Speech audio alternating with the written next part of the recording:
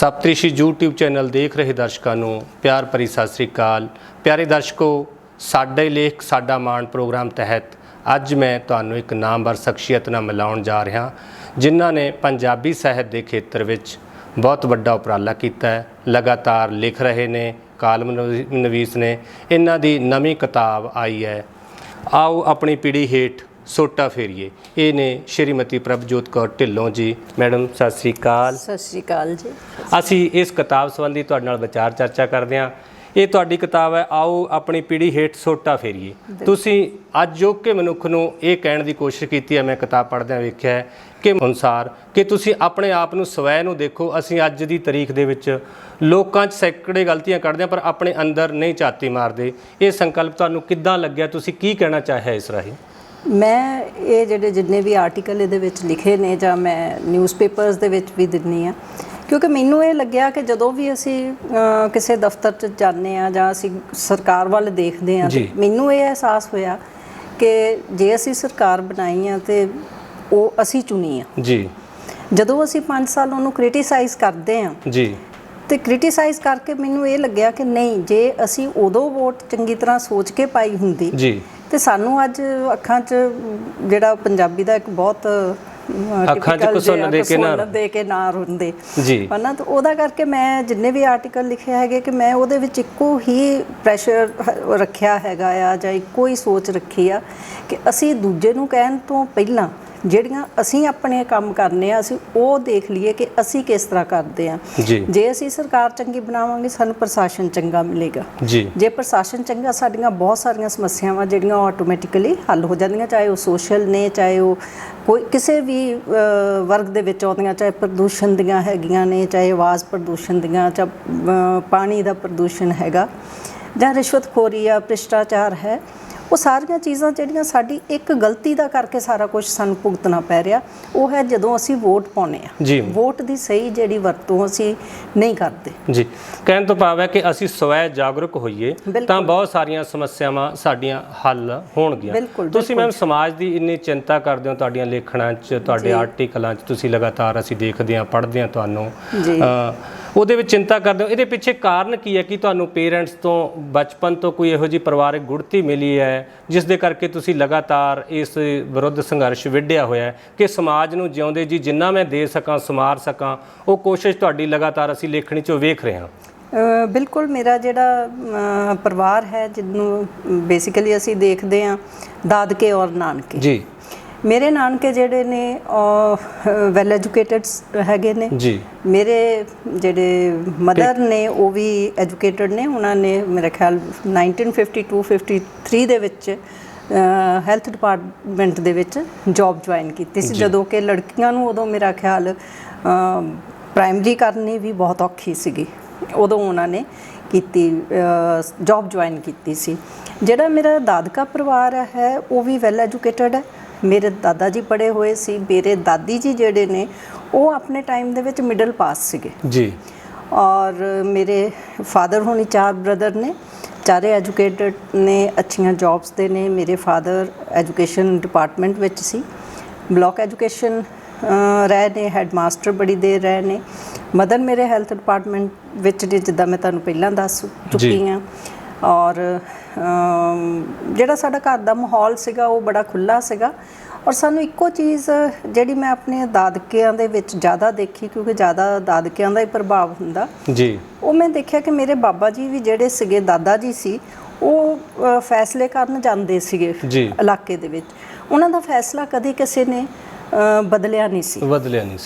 ਉਹ ਬੜਾ ਨਿਰਪੱਖ ਜੀ ਸੋਚ ਦੇ ਬੰਦੇ ਸੀ। ਉੱਦਾਂ ਹੀ ਮੇਰੇ ਫਾਦਰ ਸੀਗੇ, ਬਹੁਤ ਨਿਧੜਕ ਬੰਦਾ ਸੀਗਾ ਉਹ, ਔਰ ਬਹੁਤ ਡਿਸਪਲਿਨਡ ਸੀਗੇ ਜੀ। ਜੇ ਉਹ ਸਕੂਲ ਦੇ ਵਿੱਚ ਸੀਗੇ ਤੇ ਉਹਨਾਂ ਨੇ ਕਦੀ ਕਿਸੇ ਨੂੰ ਇਹ ਨਹੀਂ ਸੀ ਕਹਿਣਾ ਕਿ ਤੂੰ ਲੇਟ ਆਇਆ ਜਾਂ ਤੁਸੀਂ ਕਿਉਂ ਲੇਟ ਆ। ਉਹਨਾਂ ਨੇ ਸਕੂਲ ਲੱਗਣ ਤੋਂ ਪਹਿਲਾਂ ਆਪ 10 ਮਿੰਟ ਪਹਿਲਾਂ ਜਾ ਕੇ ਉੱਥੇ ਖੜੇ ਹੋ ਜਾਣਾ। ਔਰ ਜਿਹੜਾ ਲੇਟ ਆਉਂਦਾ ਸੀ ਉਹਦੇ ਪਨਿਸ਼ਮੈਂਟ ਉਹਨਾਂ ਦੀ ਬੜੀ ਜ਼ਬਰਦਸਤ ਸੀਗੀ। ਉਹ ਆਪਣੇ ਆਫਿਸ ਦੇ ਸਾਹਮਣੇ ਉਹਨੂੰ ਮੇਜ਼ ਔਰ ਕੁਰਸੀ ਦੇ ਦਿੰਦੇ ਸੀ ਕਿ ਤੂੰ ਇੱਥੇ ਬੈਠ, ਤੂੰ ਥੱਕ ਕੇ ਆਉਣਾ ਹੈ ਜੀ। ਤੇ ਉਹ ਜਿਹੜੀਆਂ ਚੀਜ਼ਾਂ ਸੀਗੀਆਂ ਬਹੁਤ ਸਾਰੀਆਂ ਮੈਂ ਆਪਣੇ ਪਰਿਵਾਰ ਦੇ ਕੋਲੋਂ ਹੀ ਸਿੱਖੀਆਂ ਹੈਗੀਆਂ। ਔਰ ਪੜ੍ਹਨ ਦਾ ਸ਼ੌਕ ਸੀਗਾ ਜੀ, ਕਿਉਂਕਿ ਫੈਮਿਲੀ ਪੜ੍ਹੀ ਲਿਖੀ ਸੀਗੀ। ਤੇ ਮੈਂ 1980 ਦੇ ਵਿੱਚ DAV ਕਾਲਜ ਜਲੰਧਰ ਤੋਂ MA ਪੰਜਾਬੀ ਕੀਤੀ ਹੈ ਜੀ ਜੀ ਜੀ। ਔਰ ਅੱਛੇ ਮਾਰਕਸ ਉਸ ਟਾਈਮ ਆਏ ਨੇ, ਯੂਨੀਵਰਸਿਟੀ ਲੈਵਲ ਤੇ ਮੇਰੀ ਪੋਜੀਸ਼ਨ ਵੀ ਸੀਗੀ ਜੀ। ਉਸ ਤੋਂ ਬਾਅਦ ਮੇਰੀ ਮੈਰਿਜ ਹੋਈ ਜੀ। ਮੇਰੇ ਹਸਬੰਡ 에ਅਰ ਫੋਰਸ ਦੇ ਵਿੱਚ ਫਲਾਈਂਗ ਬ੍ਰਾਂਚ ਦੇ ਵਿੱਚ ਆਫੀਸਰ ਸੀਗੇ ਜੀ। ਜਿਹੜਾ ਮੇਰਾ ਸਹੁਰਾ ਪਰਿਵਾਰ ਹੈ, ਜਿੱਦਾਂ ਮੇਰਾ ਪੇਕਿਆਂ ਦਾ ਪਰਿਵਾਰ ਸੀ, ਸਹੁਰਾ ਪਰਿਵਾਰ ਵੀ ਮੇਰਾ ਵੈਲ ਐਜੂਕੇਟਡ ਹੈ ਜੀ। ਮੇਰੇ ਹਸਬੰਡ ਤੇ 에ਅਰ ਫੋਰਸ ਦੇ ਵਿੱਚ ਸੀਗੇ ਆਫੀਸਰ। ਇਹਨਾਂ ਦੇ ਇੱਕ ਵੱਡੇ ਬ੍ਰਦਰ ਨੇ ਮੇਰੇ ਜੇਠ ਸਾਹਿਬ, ਉਹ ਕਰਨਲ ਰਿਟਾਇਰਡ ਸੀਗੇ। ਮੇਰੀਆਂ ਦੋਨੋਂ ਨਣਦ ਜਿਹੜੀਆਂ ਨੇ ਉਹ ਵੀ ਐਜੂਕੇਟਡ ਨੇ। ਇੱਕ ਵੱਡੀ ਨਣਦ ਜਿਹੜੀ ਹੈ ਉਹਦਾ ਹਸਬੰਡ IAS ਆਫਸਰ ਸੀ, ਔਰ ਜਿਹੜੀ ਛੋਟੀ ਨਣਦ ਹੈ ਉਹਦਾ ਸਾਡੇ ਨਾਲ ਹੀ 에ਅਰ ਫੋਰਸ ਦੇ ਵਿੱਚ as a wing commander retired ਨੇ। ਸੋ ਮੈਨੂੰ ਕੋਈ ਬੰਦਸ਼ ਜਾਂ ਕੋਈ ਇਹੋ ਜਿਹੀ ਪ੍ਰੋਬਲਮ ਲਿਖਣ ਦੀ ਜਾਂ ਬੋਲਣ ਦੀ ਜਾਂ ਕਹਿਣ ਦੀ ਮੈਨੂੰ ਕੋਈ ਪ੍ਰੋਬਲਮ ਨਹੀਂ ਸੀ ਜੀ ਜੀ। ਜਿਹਦਾ ਕਰਕੇ ਮੈਂ ਇਹ ਸਾਰਾ ਕੁਝ ਲਿਖ ਸਕੀ ਹਾਂ ਜਾਂ ਸੋਚ ਸਕੀ ਹਾਂ, ਜਾਂ ਇੱਕ ਫੌਜ ਦਾ ਐਟਮੋਸਫੇਅਰ ਵੀ ਉਹੋ ਜਿਹਾ ਸੀਗਾ। ਜਦੋਂ ਮੈਂ ਆਫਟਰ ਰਿਟਾਇਰਮੈਂਟ ਅਸੀਂ ਆ ਕੇ ਦੇਖਿਆ ਸਿਵਲ ਦੇ ਵਿੱਚ, ਤਾਂ ਮੈਨੂੰ ਉਹ ਚੀਜ਼ਾਂ ਜਿਹੜੀਆਂ ਸੀ ਕੋਈ ਲਾਈਨ 'ਤੇ ਨਹੀਂ ਲੱਗੀਆਂ, ਕਿਉਂਕਿ ਅਸੀਂ ਉਹ ਬਹੁਤ ਭੁਗਤਿਆ ਕਿ ਕਿਸੇ ਆਫਿਸ 'ਚ ਜਾਓ, ਕਿਤੇ ਵੀ ਜਾਓ, ਕੋਈ ਕੰਮ ਨਹੀਂ ਸੀ ਹੁੰਦਾ, ਜਾਂ ਜਿੱਥੇ ਵੀ ਜਾਂਦੇ ਸੀ ਕੁਛ ਨਾ ਕੁਛ ਗਲਤ ਹੀ ਹੁੰਦਾ ਸੀਗਾ। ਉਹ ਜਿਹੜੀਆਂ ਚੀਜ਼ਾਂ ਸੀਗੀਆਂ, ਉਹ ਕਿਤੇ ਲਿਖਣ ਵਾਲਾ ਜਿਹੜਾ ਕੀੜਾ ਸੀ ਉਹ ਤਾਂ ਹੈਗਾ ਹੀ ਸੀਗਾ ਜੀ। ਤੇ ਉਹ ਕੀੜੇ ਨੇ ਫਿਰ ਮੈਨੂੰ ਇਸ ਬੰਨੇ ਲਗਾ ਦਿੱਤਾ ਕਿ ਜਿਹੜੀਆਂ ਮੈਂ ਸਮੱਸਿਆਵਾਂ ਪ੍ਰਸ਼ਾਸਨ ਦੇ ਨਾਲ, ਸਰਕਾਰ ਦੀਆਂ ਜਿਹੜੀਆਂ ਲੱਗਦੀਆਂ ਸੀ ਮੈਨੂੰ ਕਿ ਅਸੀਂ ਜੇ ਟੈਕਸ ਦਿੰਦੇ ਹਾਂ ਸਾਨੂੰ ਇਹ ਚੀਜ਼ ਕਿਉਂ ਨਹੀਂ ਮਿਲਦੀ, ਜਾਂ ਇਹ ਕਿਉਂ ਨਹੀਂ ਮਿਲਦੀ। ਤਾਂ ਫੌਜ ਦੇ ਵਿੱਚੋਂ ਅਸੀਂ 에ਅਰ ਫੋਰਸ ਦੇ ਵਿੱਚੋਂ ਬੜਾ ਸਾਫ ਸੁਥਰਾ ਜਿਹਾ ਲਾਈਫ ਜੀ ਸੀਗੀ, ਤੇ ਉਹਦਾ ਕਰਕੇ ਫਿਰ ਜਦੋਂ ਸਿਵਲ ਦੇ ਵਿੱਚ ਆਏ ਸਾਨੂੰ ਉਹ ਚੀਜ਼ਾਂ ਜਿਹੜੀਆਂ ਸੀਗੀਆਂ ਉਹ ਨਹੀਂ ਠੀਕ ਲੱਗੀਆਂ। ਉਹਦਾ ਕਰਕੇ ਮੈਂ ਲਿਖਣਾ ਸ਼ੁਰੂ ਕੀਤਾ। ਤੁਹਾਡੀਆਂ ਰਚਨਾਵਾਂ ਦੇ ਵਿੱਚੋਂ ਹੱਕ ਸੱਚ ਨਾਲ ਲੜਨ ਦੀ, ਖੜਨ ਦੀ, ਮਾੜੇ ਦੀ ਧਿਰ ਬਣਨ ਦੀ ਜਿਹੜੀ ਪ੍ਰੇਰਣਾ ਮਿਲਦੀ ਹੈ, ਇਸੇ ਕਰਕੇ ਕਿਤੇ ਨਾ ਕਿਤੇ ਤੁਹਾਡੀ ਬੈਕਗ੍ਰਾਉਂਡ ਇਸ ਗੱਲ ਨੂੰ ਸਪੋਰਟ ਕਰਦੀ ਹੈ ਕਿ ਹਮੇਸ਼ਾ ਸੱਚ ਨਾਲ ਖੜੀਦਾ, ਭਾਵੇਂ ਇਹਦੇ ਵਿੱਚ ਕਈ ਸੰਕਟਾਂ ਦਾ ਸਾਹਮਣਾ ਕਰਨਾ ਪੈਂਦਾ। ਤੁਸੀਂ ਬੇਵਾਕ ਲਿਖਦੇ ਹੋ। ਪਿੱਛੇ ਕਰੋਨਾ ਟਾਈਮ ਚੱਲ ਰਿਹਾ ਜੀ, ਕਰੋਨਾ ਟਾਈਮ ਦੇ ਵਿੱਚ ਤੁਹਾਡੀਆਂ ਰਚਨਾਵਾਂ ਕੱਲੀਆਂ ਪ੍ਰਸ਼ਾਸਨ ਨੂੰ ਹੀ ਨਹੀਂ ਭੰਡਦੀਆਂ ਹੈਗੀਆਂ, ਸਵੈ ਨੂੰ, ਵਿਅਕਤੀ ਨੂੰ ਵੀ ਇਹ ਕਹਿੰਦੀਆਂ ਨੇ ਕਿ ਸਾਡੀਆਂ ਵੀ ਕੁਝ ਜ਼ਿੰਮੇਵਾਰੀਆਂ ਬਣਦੀਆਂ ਨੇ। ਉਹਨਾਂ ਦੇ ਮਾਮਲੇ 'ਚ ਵੀ ਤੁਸੀਂ ਉਸ ਦੌਰ 'ਚ ਜਾਂ ਅੱਜ ਤੱਕ ਵੀ ਜਿਹੜਾ ਦੌਰ ਚੱਲ ਰਿਹਾ, ਤੁਸੀਂ ਲਗਾਤਾਰ ਲਿਖ ਰਹੇ ਹੋ, ਲੋਕਾਂ ਨੂੰ ਜਾਗਰਤ ਕਰ ਰਹੇ ਹੋ, ਤੁਹਾਡੇ ਨਾਲ ਕਾਲ 'ਤੇ ਵੀ ਲੋਕ ਟੱਚ ਨੇ, ਉਹਦੇ ਬਾਰੇ ਤੁਸੀਂ ਕੀ ਕਹਿਣਾ ਚਾਹੁੰਦੇ ਹੋ? ਬਿਲਕੁਲ, ਦੇਖੋ ਜਿਹੜਾ ਇੱਕ ਮਹਾਮਾਰੀ ਡਿਕਲੇਅਰ ਹੋ ਗਿਆ ਕਰੋਨਾ, ਔਰ ਕਿਸੇ ਤੋਂ ਛੁਪਿਆ ਹੋਇਆ ਨਹੀਂ ਕਿ ਕਿੰਨੀਆਂ ਜ਼ਿਆਦਾ ਡੈਥ ਹੋ ਰਹੀਆਂ ਨੇ ਜਾਂ ਕਿਹੋ ਜਿਹੀ ਕੰਡੀਸ਼ਨ ਇੱਥੇ ਬਣ ਰਹੀ ਹੈਗੀ ਆ। ਜਿਹੜੀਆਂ ਹਦਾਇਤਾਂ ਆਉਂਦੀਆਂ ਨੇ, ਅਸੀਂ DC ਸਾਹਿਬ ਨੂੰ ਤੇ ਮਿੰਨੀ ਸਰਕਾਰ ਹੀ ਕਹਿ ਸਕਦੇ ਹਾਂ, ਕਿਉਂਕਿ ਬਿਲਕੁਲ ਨਾ, ਤੇ ਉਹ ਜਿਹੜੀਆਂ ਹਦਾਇਤਾਂ ਆਉਂਦੀਆਂ ਨੇ ਉਹ ਬਹੁਤ ਸੋਚ ਸਮਝ ਕੇ ਬਣਾਈਆਂ ਹੋਈਆਂ ਹਦਾਇਤਾਂ ਨੇ। ਕਿ ਜੇ ਉਹਨਾਂ ਨੇ ਕਿਹਾ ਸੀਗਾ ਕਿ ਲੋਕਡਾਊਨ ਹੈ, ਤੁਸੀਂ ਘਰੋਂ ਬਾਹਰ ਨਹੀਂ ਆਉਣਾ, ਜਾਂ ਕਰਫਿਊ ਹੈ, ਤੁਸੀਂ ਅੰਦਰ ਰਹਿਣਾ, ਤੁਹਾਨੂੰ ਅਸੀਂ ਹੋਮ ਡਿਲੀਵਰੀ ਦੇਵਾਂਗੇ, ਹਰ ਇੱਕ ਚੀਜ਼ ਤੁਹਾਡੇ ਘਰ ਦੇ ਬਾਹਰ ਮਿਲੇਗੀ, ਡੋਰ ਸਟੈਪ 'ਤੇ ਮਿਲੇਗੀ। ਜਦੋਂ ਸਰਕਾਰ ਸਾਨੂੰ ਜੇ ਕੋਈ ਸਹੂਲਤ ਦਿੰਦੀ ਆ ਜਾਂ ਉਹ ਪ੍ਰੀਕਾਸ਼ਨ ਲੈ ਰਹੀ ਹੈ ਕਿ ਉਹ ਮਹਾਮਾਰੀ ਜਿਹੜੀ ਹੋਰ ਨਾ ਫੈਲੇ, ਜਾਂ ਅਸੀਂ ਉਸ ਚੀਜ਼ ਦੇ ਵਿੱਚ ਨਾ ਫਸੀਏ, ਤੇ ਅਸੀਂ ਉਹਦੇ ਉਲਟ ਕਿਉਂ ਜਾਂਦੇ ਹਾਂ? ਅਸੀਂ ਆਪਣੀ ਸਿਆਣਪ ਦਿਖਾਉਂਦੇ ਹਾਂ ਕਿ ਨਹੀਂ ਜੀ ਅਸੀਂ ਆਪ ਚੀਜ਼ ਲੈਣ ਜਾਵਾਂਗੇ, ਅਸੀਂ ਹੋਮ ਡਿਲੀਵਰੀ ਨਹੀਂ ਲਵਾਂਗੇ, ਵੈਂਡਰਸ ਨੂੰ ਅਸੀਂ ਨਹੀਂ ਅੰਦਰ ਐਂਟਰ ਕਰਨ ਦੇਵਾਂਗੇ, ਜਾਂ ਇਹੋ ਜਿਹੀਆਂ ਬਹੁਤ ਸਾਰੀਆਂ ਚੀਜ਼ਾਂ ਇਸ ਤਰ੍ਹਾਂ ਦੀਆਂ ਸ਼ੁਰੂ 'ਚ ਕਾਫੀ ਸਮੱਸਿਆ ਆਈਆਂ। ਕਿਹਾ ਜਾਂਦਾ ਕਿ ਹਰ ਕਲੋਨੀਆਈਜ਼ਰਾਂ ਨੇ ਜਾਂ ਮੁਹੱਲਾ ਵਾਈਜ਼ ਪਿੰਡਾਂ ਵਾਲਿਆਂ ਨੇ ਆਪੋ ਆਪਣੇ ਨਿਯਮ ਬਣਾਉਣੇ ਸ਼ੁਰੂ ਕਰ ਦਿੱਤੇ, ਹਰੇਕ ਬੰਦੇ ਨੇ, ਕਿ ਇਸ ਤਰੀਕੇ ਨਾਲ ਕੀਤਾ ਜਾਏ। ਹਾਲਾਂਕਿ ਸਰਕਾਰ ਨੇ ਇਸ 'ਤੇ ਪਾਬੰਦੀਆਂ ਵੀ ਲਾਈਆਂ। ਇਹਦੇ ਮਾਮਲੇ 'ਚ ਤੁਸੀਂ ਫਿਰ ਕਾਫੀ ਲਿਖਿਆ, ਲੋਕਾਂ ਨੂੰ ਜਾਗਰੂਕ ਕੀਤਾ ਜੀ। ਬਿਲਕੁਲ, ਕਿਉਂਕਿ ਮੈਂ ਜਿਸ ਸੁਸਾਇਟੀ 'ਚ ਰਹਿ ਰਹੀ ਹਾਂ ਉੱਥੇ ਵੀ ਇਹੋ ਜਿਹੀਆਂ ਸਮੱਸਿਆਵਾਂ ਆਈਆਂ ਸੀ। ਮੋਸਟਲੀ ਜਿਹੜੀਆਂ ਇਹ ਫਲੈਟ ਸਿਸਟਮ ਹੈ ਉੱਥੇ ਬਹੁਤ ਸਮੱਸਿਆ ਆਈ, ਕਿਉਂਕਿ ਪੰਜਾਬ ਦੇ ਵਿੱਚ ਇਹ ਇੱਕ ਨਵਾਂ ਕਨਸੈਪਟ ਹੈ। ਲੋਕਾਂ ਨੂੰ ਇਹ ਕਨਸੈਪਟ ਅਜੇ ਸਮਝ ਨਹੀਂ ਆ ਰਿਹਾ ਹੈਗਾ, ਕਿਉਂਕਿ ਉਹਨਾਂ ਨੇ ਕਿਹਾ ਸੀ ਹੋਮ ਡਿਲੀਵਰੀ ਜੀ। ਜਿਹੜੇ ਐਸੋਸੀਏਸ਼ਨਸ ਬਣੀਆਂ ਨੇ ਰੈਜ਼ੀਡੈਂਸ ਦੀਆਂ, ਉਹਨਾਂ ਨੇ ਇੱਕ ਚੀਜ਼ ਇਹ ਬਣਾ ਲਈ, ਜਿਹੜੇ ਮੋਹਰੀ ਆਪਾਂ ਕਹਿ ਦਿੰਦੇ ਹਾਂ ਬੰਦੇ ਆਉਂਦੇ ਨੇ ਅੱਗੇ, ਉਹਨਾਂ ਨੇ ਇਹ ਕਿਹਾ ਕਿ ਨਹੀਂ, ਇਹ ਜਿਹੜਾ ਡੋਰ ਟੂ ਡੋਰ ਹੈ ਡਿਲੀਵਰੀ, ਇਹ ਸਿਰਫ ਕੋਠੀਆਂ ਜਾਂ ਇੰਡੀਪੈਂਡੈਂਟ ਹਾਊਸਿਸ ਲਈ ਹੈ, ਇਹ ਫਲੈਟਾਂ ਵਾਸਤੇ ਨਹੀਂ ਹੈ। ਇਸ ਕਰਕੇ ਉਹ ਜਿਹੜਾ ਬਹੁਤ ਜ਼ਿਆਦਾ ਇੱਕ ਆਪਸ ਦੇ ਵਿੱਚ ਵੀ ਮਿਸ ਅੰਡਰਸਟੈਂਡਿੰਗਸ ਹੋਈਆਂ ਔਰ ਇਹਨਾਂ ਨੇ ਜਿਹੜੇ ਵੈਂਡਰਸ ਸੀਗੇ ਉਹਨਾਂ ਨੂੰ ਬੰਦ ਕਰਨਾ ਸ਼ੁਰੂ ਕਰ ਦਿੱਤਾ ਔਰ ਜਿਹੜੀਆਂ ਸੁਸਾਇਟੀਜ਼ ਸੀਗੀਆਂ ਉਹਨਾਂ ਦੇ ਗੇਟ ਦੇ ਉੱਤੇ ਤੁਸੀਂ ਜਾ ਕੇ ਲਓ ਸਮਾਨ, ਜਿਸ ਤਰ੍ਹਾਂ ਦੁੱਧ ਹੈ ਜਾਂ ਕੋਈ ਵੀ ਜਿਹੜੀਆਂ ਚੀਜ਼ਾਂ ਨੇ। ਜਦ ਕਿ ਮੈਂ ਡੀਸੀ ਆਫਿਸ ਤੋਂ ਇਹ ਹਦਾਇਤਾਂ ਦਾ ਸਾਰਾ ਕੁਝ ਪਤਾ ਕੀਤਾ ਤੇ ਉਹਨਾਂ ਦੀ ਸੀਗਾ ਕਿ ਹੋਮ ਡਿਲੀਵਰੀ ਮਿਲੇਗੀ ਦੁੱਧ ਦੀ, ਅਖਬਾਰ ਦੀ ਜਾਂ ਇਹਨਾਂ ਚੀਜ਼ਾਂ ਦੀ। ਉਹਦਾ ਕਰਕੇ ਮੇਰਾ ਵੀ ਥੋੜ੍ਹਾ ਜਿਹਾ ਮੈਨੂੰ ਵੀ ਔਖਾ ਲੱਗਿਆ ਕਿਉਂਕਿ ਦੁੱਧ ਲੈਣ ਜਾਣਾ ਜਾਂ ਕੁਛ ਵੀ ਹੁਣ ਉਹ ਇੱਕ ਕਨਸੈਪਟ ਜਿਹਾ ਰਿਹਾ ਹੀ ਨਹੀਂ ਹੈਗਾ ਜੀ। ਤੇ ਮੈਂ ਉਹਦੇ ਵਿੱਚ ਫਿਰ ਡੀਸੀ ਸਾਹਿਬ ਦੇ ਟੱਚ ਦੇ ਵਿੱਚ, ਐਸਡੀਐਮ ਸਾਹਿਬ ਦੇ ਟੱਚ ਦੇ ਵਿੱਚ ਵੀ ਆਈ, ਮੇਲ ਵੀ ਮੈਂ ਕੀਤੀਆਂ ਕਿ ਸਾਡੇ ਜਿਹੜਾ ਹੋਮ ਡਿਲੀਵਰੀ ਹੈ ਉਹ ਨਹੀਂ ਹੋ ਰਹੀ। ਪਰ ਮੈਨੂੰ ਬੜੀ ਖੁਸ਼ੀ ਹੋਈ ਕਿ ਉਹਨਾਂ ਨੇ ਉਸੇ ਵੇਲੇ ਜਿਹੜਾ ਸੀਗਾ ਨੋਡਲ ਆਫਿਸਰ ਸੀਗਾ ਉਹਨਾਂ ਨੇ ਸਾਡੇ ਜਿਹੜੇ ਸਿਕਿਉਰਿਟੀ ਆਫਿਸਰ ਸੀਗਾ ਉਹਨਾਂ ਨੂੰ ਕਿਹਾ ਔਰ ਡਿਲੀਵਰੀ ਜਿਹੜੀ ਸੀ ਉਹ ਸ਼ੁਰੂ ਹੋ ਗਈ ਸਾਡੀ ਦੁੱਧ ਦੀ।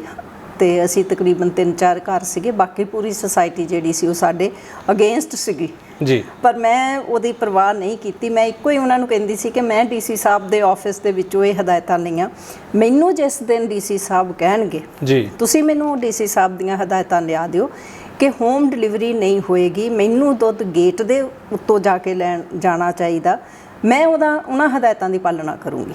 ਜੇ ਮੈਨੂੰ ਡੀਸੀ ਸਾਹਿਬ ਕਹਿੰਦੇ ਤੁਸੀਂ ਬਾਹਰ ਨਹੀਂ ਨਿਕਲਣਾ, ਕਰਫਿਊ ਲੱਗਿਆ ਹੋਇਆ ਹੈ, ਲੋਕਡਾਊਨ ਹੈ, ਮੈਂ ਉਹ ਧਾਰਾਵਾਂ ਜਿਹੜੀਆਂ ਨੇ ਉਹ ਨਹੀਂ ਤੋੜਾਂਗੀ ਜਾਂ ਉਹ ਹਦਾਇਤਾਂ ਨਹੀਂ ਤੋੜਾਂਗੀ।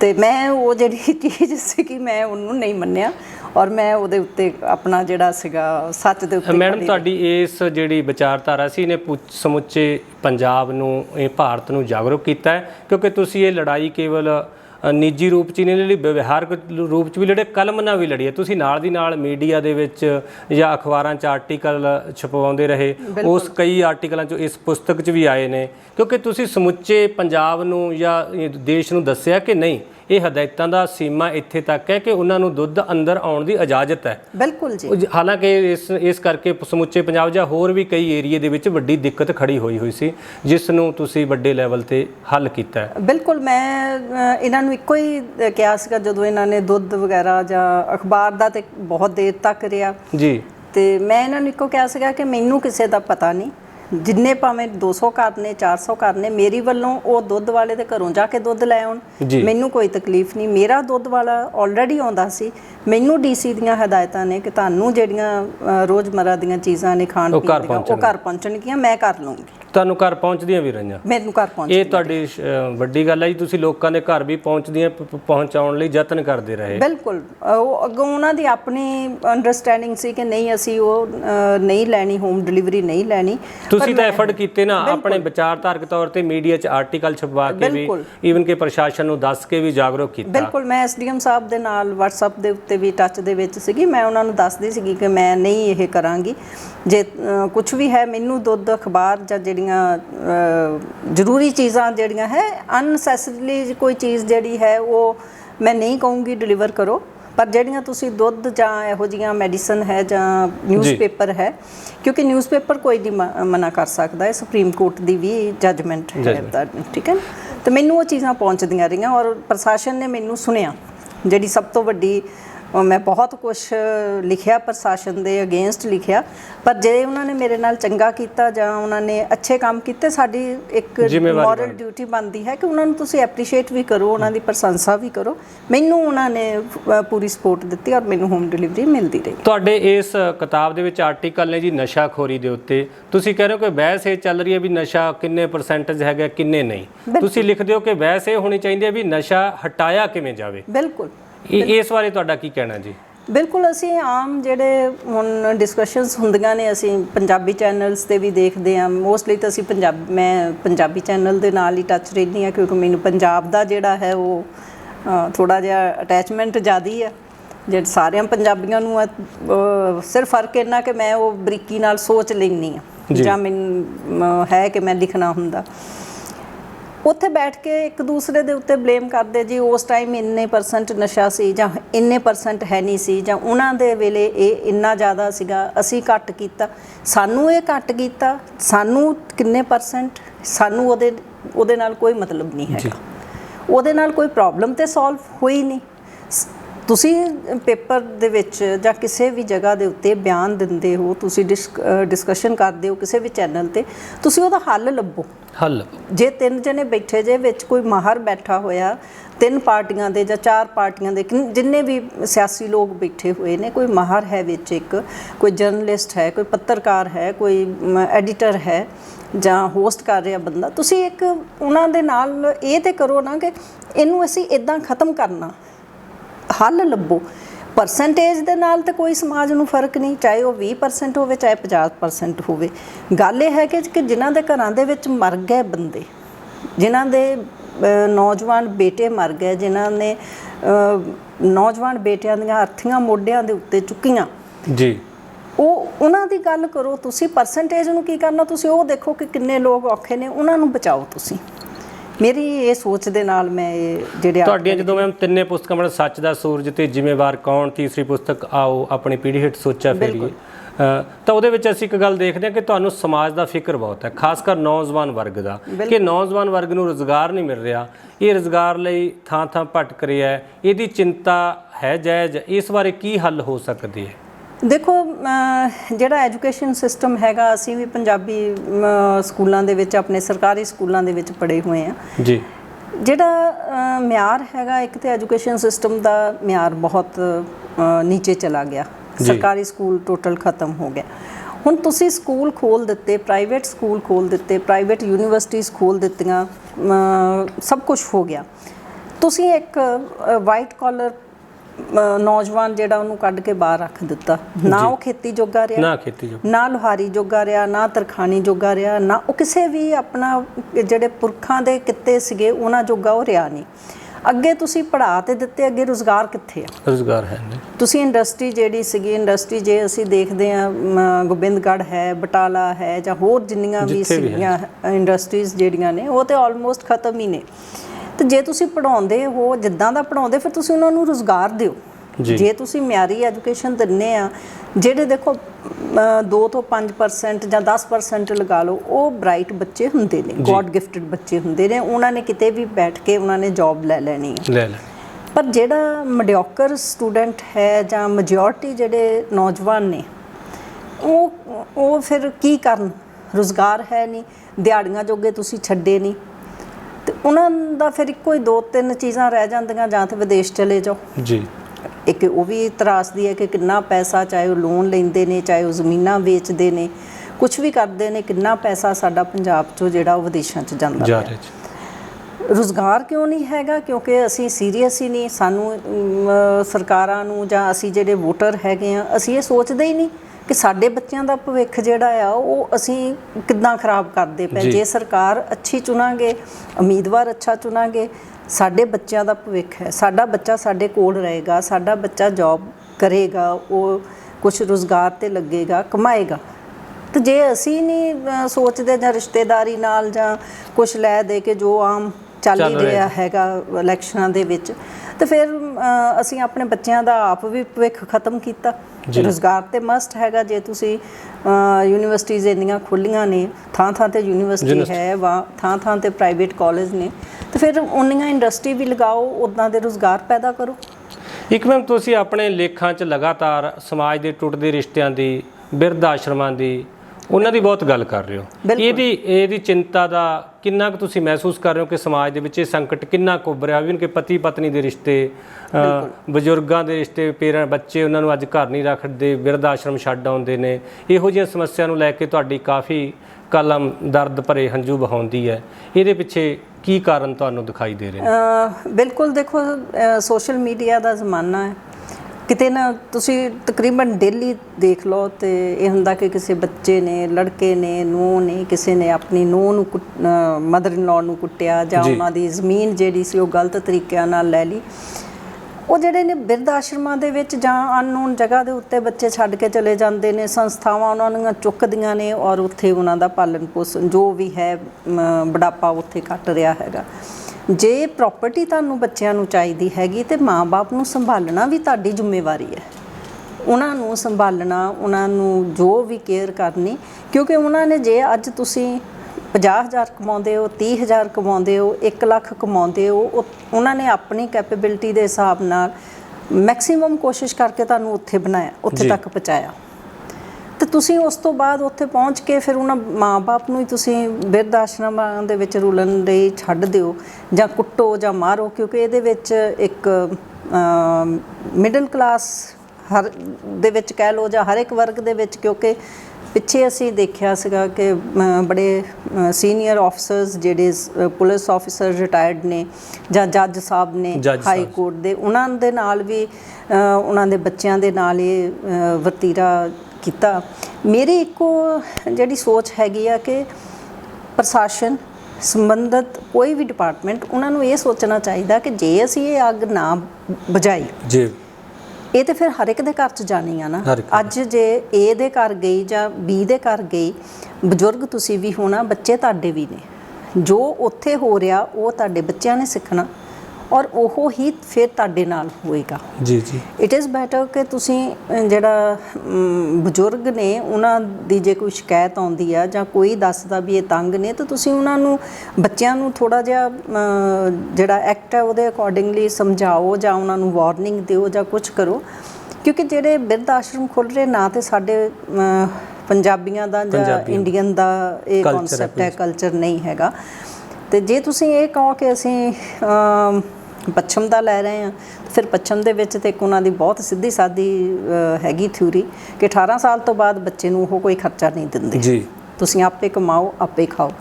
ਪਰ ਸਾਡੇ ਇੱਥੇ ਹੈ ਕਿ ਪ੍ਰੋਪਰਟੀ ਵੀ ਪੇਰੈਂਟਸ ਦੀ ਚਾਹੀਦੀ ਹੈ ਜੀ, ਜੋ ਕੁਛ ਉਹਨਾਂ ਦੇ ਕੋਲ ਹੈ ਉਹ ਵੀ ਚਾਹੀਦਾ, ਪਰ ਰੋਟੀ ਨਹੀਂ ਦੇਣੀ ਹੈਗੀ, ਉਹਨਾਂ ਨੂੰ ਘਰ ਨਹੀਂ ਰੱਖਣਾ ਹੈਗਾ।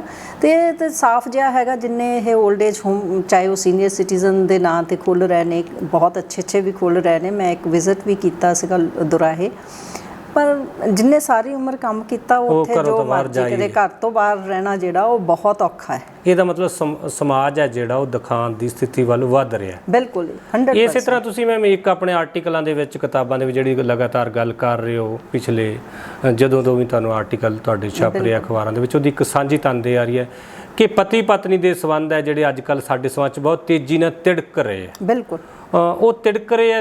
ਤੁਸੀਂ ਕਿਸੇ ਨਾ ਕਿਸੇ ਰੂਪ ਵਿੱਚ ਸਿੱਖਿਆ ਹੀ ਦੇ ਰਹੇ ਹੋ ਕਿ ਉਹ ਨਾ ਤੋੜੇ ਜਾਣ, ਇਹਨਾਂ ਬਿਨਾਂ ਸਾਡਾ ਸਮਾਜ ਦਾ ਗੁਜ਼ਾਰਾ ਨਹੀਂ ਹੈਗਾ, ਸਮਾਜ ਨਹੀਂ ਚੱਲਦਾ। ਇਸ ਸਮਾਜ ਦੇ ਦੋ ਪੈਰਲਰ ਪਹੀਏ ਨੇ ਜਿਨ੍ਹਾਂ ਨੂੰ ਅੱਗੇ ਪਿੱਛੇ ਨਹੀਂ ਕੀਤਾ ਜਾ ਸਕਦਾ, ਇਹ ਇੰਬੈਲੈਂਸ ਨਹੀਂ ਚੱਲਣਗੇ। ਇਸ ਲਈ ਇਹਦਾ ਹੱਲ ਜਾਂ ਤੁਸੀਂ ਕੀ ਸੁਜੈਸ਼ਨ ਦੇਣਾ ਚਾਹੁੰਦੇ ਹੋ? ਕਿ ਇਹ ਮੇਰਾ ਜਿਹੜਾ ਹੈ, ਮੈਂ ਬਹੁਤ ਇਹਦੇ 'ਤੇ ਬਾਕੀ ਨਾਲ ਵੀ ਲਿਖਿਆ ਔਰ ਮੈਨੂੰ ਬੜੇ ਸੀਨੀਅਰ ਜਰਨਲਿਸਟ ਜਿਹੜੇ ਨੇ ਉਹਨਾਂ ਨੇ ਵੀ ਪੁੱਛਿਆ ਕਿ ਤੁਸੀਂ ਇਹ ਪਹਿਲੇ ਹੋ ਸ਼ਾਇਦ ਜਿਨ੍ਹਾਂ ਨੇ ਇਹ ਗੱਲ ਕੀਤੀ ਹੈ।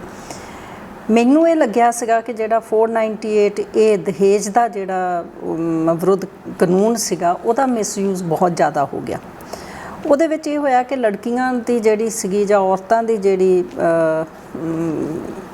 ਇੱਕ ਜ਼ੋਰ ਫੜ ਗਿਆ ਕਿ ਜਿੱਥੇ ਮਰਜ਼ੀ ਉਹ ਜਾ ਕੇ ਬੋਲਣ, ਉਹ ਲੜਕਿਆਂ ਦੇ ਪੇਰੈਂਟਸ, ਲੜਕੇ ਜਿਹੜੇ ਨੇ ਉਹਨਾਂ ਦੇ ਉੱਤੇ ਕੇਸ ਦਰਜ ਹੁੰਦੇ ਸੀਗੇ। ਪਰ ਮੈਨੂੰ ਇੱਕ ਨਹੀਂ ਸਮਝ ਆਉਂਦੀ ਹੈਗੀ ਕਿ ਜੇ ਲੜਕੀਆਂ ਦਾ ਤੁਸੀਂ ਇਹ ਕਾਨੂੰਨ ਹੈਗਾ, ਉਸ ਕਾਨੂੰਨ ਦੇ ਵਿੱਚ ਨਾਲ ਇਹ ਵੀ ਹੈ ਕਿ ਜਿਹੜਾ ਦਹੇਜ ਦਿੰਦਾ ਔਰ ਜਿਹੜਾ ਦਹੇਜ ਲੈਂਦਾ ਉਹ ਦੋਨੋਂ ਜਣੇ ਜਿਹੜੇ ਨੇ ਉਹ ਗੁਨਾਹਗਾਰ ਨੇ। ਪਰ ਮੈਂ ਅਜੇ ਤੱਕ ਇਹ ਨਹੀਂ ਦੇਖਿਆ ਕਿ ਕਿਸੇ ਲੜਕੀ ਦੇ ਪੇਰੈਂਟਸ ਸ਼ਰੇਆਮ ਕਹਿੰਦੇ ਨੇ ਕਿ ਅਸੀਂ ਆਪਣੀ ਹੈਸੀਅਤ ਤੋਂ ਵੱਧ ਦਿੱਤਾ ਜੀ। ਇਹਦਾ ਮਤਲਬ ਤੁਸੀਂ ਦਹੇਜ ਦਿੱਤਾ, ਉਹਦੇ ਉੱਤੇ ਕੇਸ ਫਾਈਲ ਕਰੋ। ਇੱਕ ਵਨ ਸਾਈਡਡ ਕਿਉਂ ਕਰਦੇ ਆ? ਕਿਉਂਕਿ ਜਿਹੜਾ ਸਮਾਜ ਚੱਲਣਾ ਉਹ ਮੁੰਡਾ ਤੁਹਾਡੇ ਘਰ ਦੇ ਵਿੱਚ ਅੱਜ ਤੁਸੀਂ ਇੱਕ ਲੜਕੀ ਦੇ, ਆਪਣੀ ਬੇਟੀ ਦੇ ਲਈ ਕਰਦੇ ਪਏ ਹੋ, ਦੂਸਰੇ ਲੜਕੇ ਨੂੰ, ਉਹਦੇ ਪੇਰੈਂਟਸ ਨੂੰ, ਜਵਾਈ ਨੂੰ, ਉਹਦੇ ਪੇਰੈਂਟਸ ਨੂੰ ਤੁਸੀਂ ਕਰਦੇ ਪਏ ਹੋ। ਕੱਲ੍ਹ ਨੂੰ ਤੁਹਾਡਾ ਬੇਟਾ ਹੈ, ਤੁਹਾਡਾ ਭਤੀਜਾ ਹੈ, ਤੁਹਾਡਾ ਭਾਂਜਾ ਹੈ, ਤੁਹਾਡੇ ਆਪਣੇ ਲੜਕੇ ਨੇ ਜੀ, ਉਹ ਚੀਜ਼ ਮੁੜ ਕੇ ਤੁਹਾਡੇ ਘਰ ਦੇ ਵਿੱਚ ਵੀ ਆਉਣੀ ਹੈ ਜੀ ਜੀ ਜੀ। ਤੁਸੀਂ ਇਹ ਕਿਉਂ ਨਹੀਂ ਸੋਚਦੇ? ਤੁਸੀਂ ਸਿਰਫ ਇੱਕ ਤਰਫਾ ਕਿ ਨਹੀਂ, ਹਾਂ ਔਰਤ, ਫਿਰ ਔਰਤ ਜਿਹੜੀ ਹੈ ਉਹ ਮਾਂ ਵੀ ਹੈ, ਔਰਤ ਭਾਬੀ ਵੀ ਹੈ, ਔਰਤ ਚਾਚੀ ਵੀ ਹੈ, ਭੈਣ ਵੀ ਹੈ, ਤਾਈ ਵੀ ਹੈ, ਦਾਦੀ ਵੀ ਹੈ।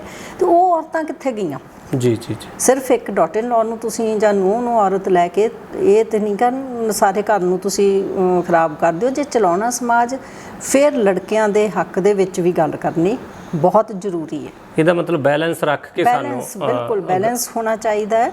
ਔਰ ਜੋ ਇਸ ਵੇਲੇ ਹਾਲਾਤ ਨੇ ਖਰਚੇ ਤੇ ਵਿਆਹਾਂ ਦੇ ਵਿੱਚ ਤਕਰੀਬਨ 19-21 ਦਾ ਫਰਕ ਹੋਏਗਾ ਜੀ, ਸੇਮ ਹੀ ਚੱਲ ਰਹੇ ਨੇ।